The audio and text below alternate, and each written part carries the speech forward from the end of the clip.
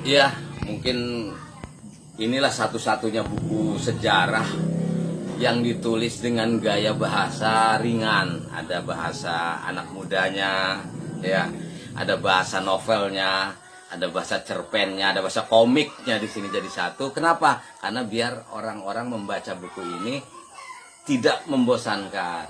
Nah, kalau saya baca dari depan juga sama, ini kayak novel, tetapi saya coba ya. Saya cari ya dari halaman berapa, kita coba baca saja ya, seru nggak gitu ceritanya ya. Nah, kita baca dulu, saya juga baru buka ini kan baru dari percetakan, ini masih keras. Nah, ini halaman 271. Nah, ini halaman 271 aja nih. Jadi saya coba bacakan ya. Halaman 271, buku Geger Cilegon atau Menelisik Jejak Sejarah. Intinya di sini nih semua peristiwa sejarah diungkap, dibongkar, dan spesifikasi untuk peristiwa Geger Cilegon sendiri diungkap di sini. Nah, ini saya ambil sedikit saja kita bacakan, dan saya murni membaca dari sini. Akan tetapi, sekalipun Haji Marjuki telah meninggalkan medan perjuangan, namun pendirian Haji Wasid tetap tak tergoyahkan dan penyerangan tetap dilaksanakan. Sekali layar terkembang bagi patriot sejati seperti Haji Wasid pantang surut ke belakang. Dan ketika genderang perang ditabuh, para pejabat pamong praja sontak berlarian menyelamatkan diri masing-masing. Namun nampaknya upaya untuk menyelamatkan diri pada hari itu bukanlah sesuatu yang gampang.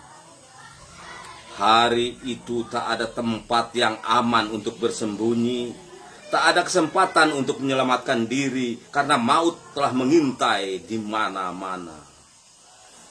Tiada harapan untuk bisa melawan selain hanya menunggu datangnya lonceng kematian, di mana setiap jengkal tanah mendadak berubah menjadi arena pembantaian seperti yang akan kita saksikan berikut ini. Serombongan kaum pemberontak yang dipimpin oleh Kiai Usman dari Tunggak sedang bergerak dari perempatan Garu Pasar Jombang Wetan menuju ke salah satu rumah yang posisinya berada di sebelah barat alun-alun Kawedanaan Cilegon. Rumah tersebut adalah milik Ulrich Baset, seorang kepala penjualan garam. Dan terlepas dari apapun jabatannya, para pemberontak itu tak akan memberikan kesempatan untuk Baset bisa selamat. Maka, dimanapun ia bersembunyi akan terus dikejar sampai dapat.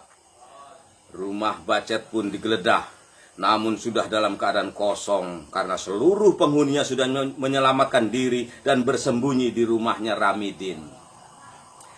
Salah satu rumah yang terletak di Jombang Tangsi.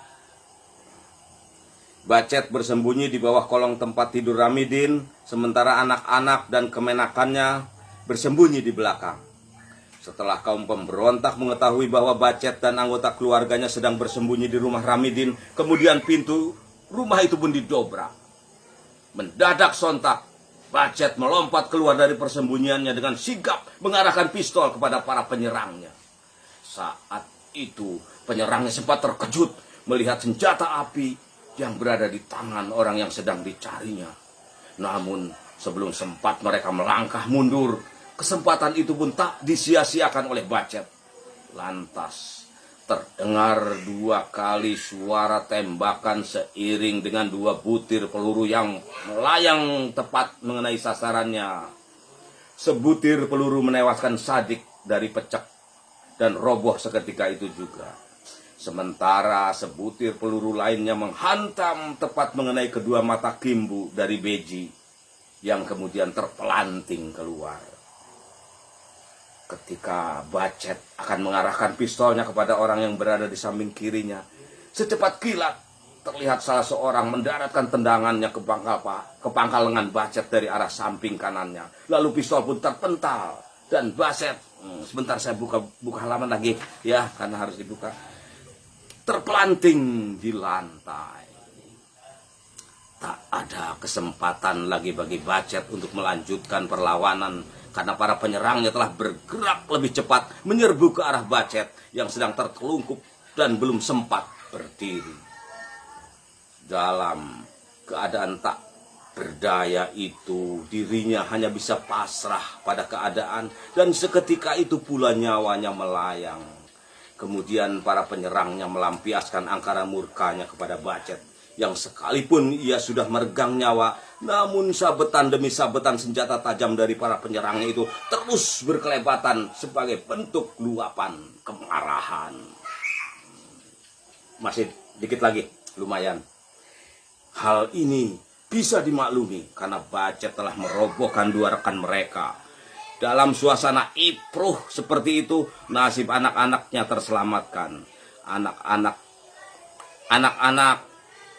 perhatiannya karena semuanya sedang terhanyut dalam pelampiasan kemarahan kepada orang yang telah merenggut nyawa mereka.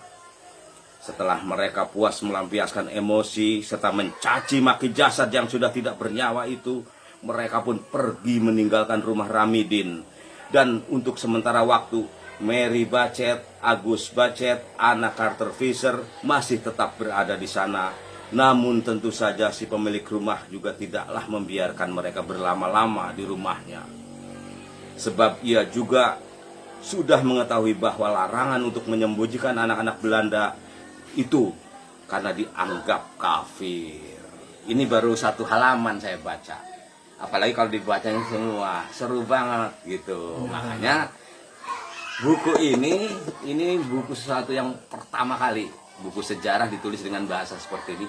Akan tetapi jalannya peristiwa ini tidak lepas dari data-data sejarah yang ada. Jadi bukan dongeng-mendongeng, karang-mengarang karya saya, tetapi berdasarkan hasil penelitian seperti itulah Geger Cilegon terjadinya.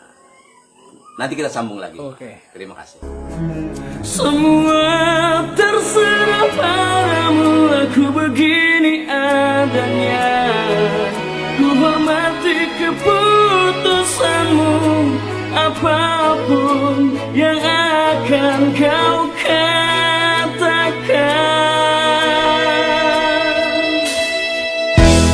Ketika pertama ku jumpa denganmu,